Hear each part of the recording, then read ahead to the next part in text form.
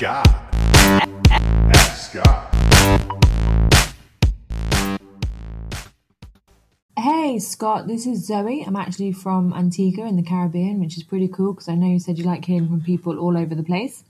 My question is, I'm a new seller and I've been selling since November, the end of November 2016.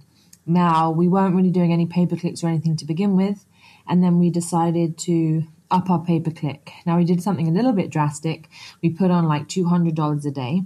Might sound crazy, but it really boosted us up the search engines and things like that. Then what happened, we went from literally selling like 1, 2, 3 a week to selling 79.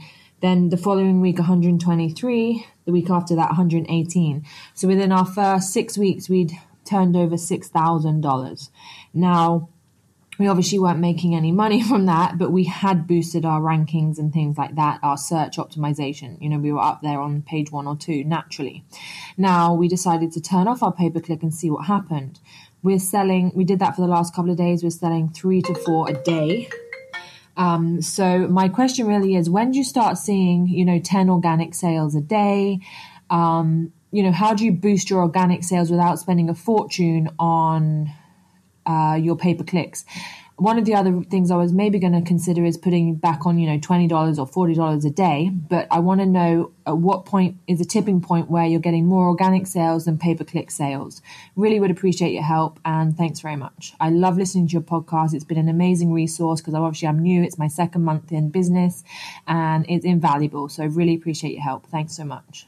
Hey, Zoe, thank you so much for the question. Love that name, by the way. Love it. And I love it that this is a long distance phone call for you. This is awesome. So thank you so much for being a listener and being a fan of the show.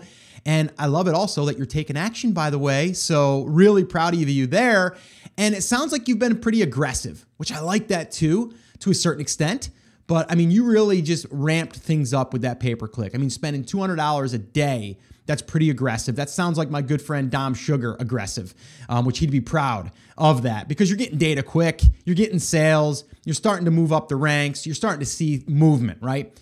But now the question is, all right, I back off of the pay-per-click, my sales drop, right? And am I still ranking? I don't know. I don't know that part of it. Are you still ranking after you've stopped your pay-per-click? You're getting, I think you said like maybe 3 to 5 sales a day, which isn't terrible, but you want to get to that 10 sale day. My first thing I would want to do is I'd want to pull the search term report inside of all that data, inside of the Seller Central account, all the data that you've been collecting at $200 a day with those sales coming in. I would want to see what are the search terms that brought the sales, period. Okay.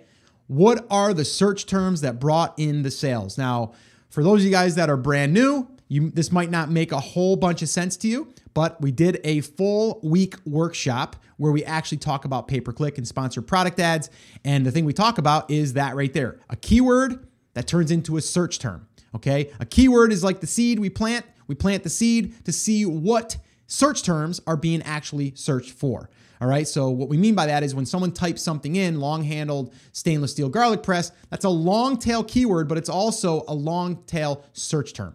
Okay. Meaning that's the actual search term. We might have been just targeting stainless steel garlic press.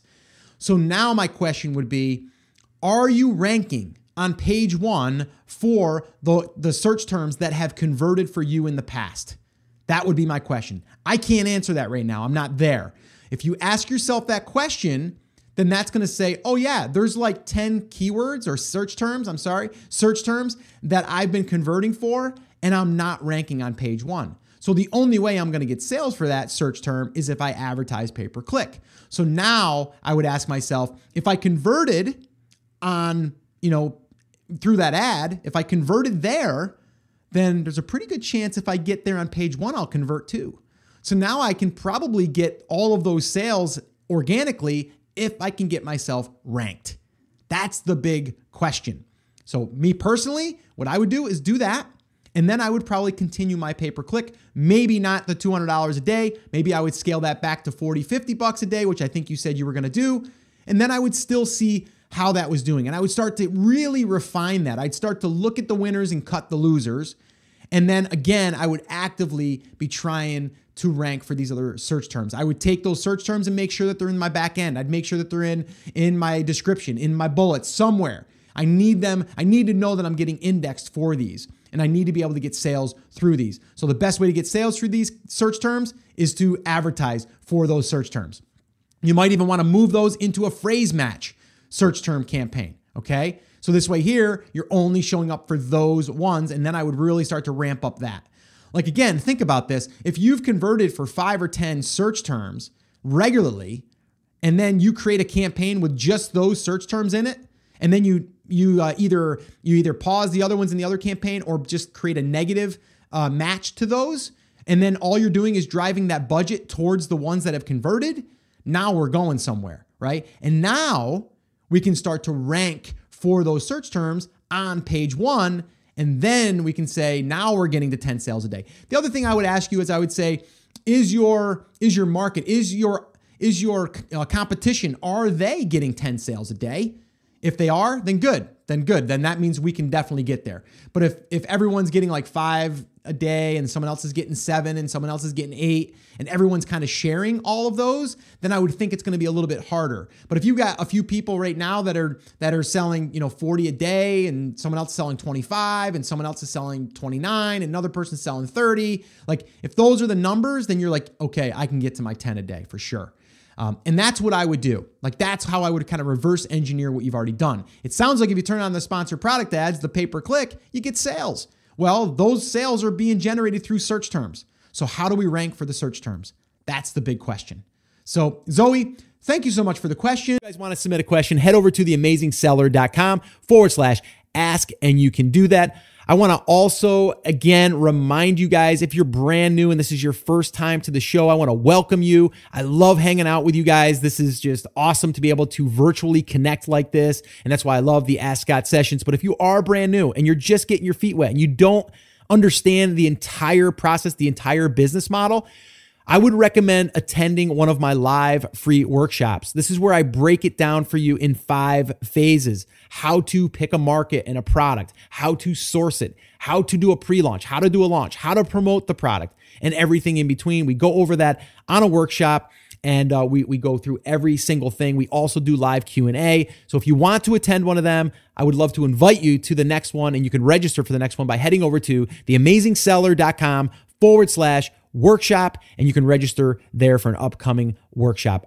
Well, hey there. Thank you so much for listening to that episode of Ask Scott. Now, that was just a highlight from one of our full episodes where I generally answer 3 to 4 questions on a podcast. If you want to go back and listen to all of the past archives of not just the Ask Scott session, but all of the full episodes where I do interviews with top Amazon sellers, people starting from scratch and building a business, if you want to listen to any of those episodes, head over to theamazingseller.com and you can find all of that over there. You can also find details there on how you can ask your own question and get it aired on an upcoming Ask Scott session and possibly see it here on YouTube or just on the podcast. All right, so definitely head over to theamazingseller.com. There's tons of resources over there for you to be able to build your e-commerce and Amazon business. So definitely go check that out. Now, I just wanted to remind you one thing before I let you go. There's a lot of information out there and some of it is really, really good. What I want you to remember is you have to not just consume the information, you have to actually apply that information.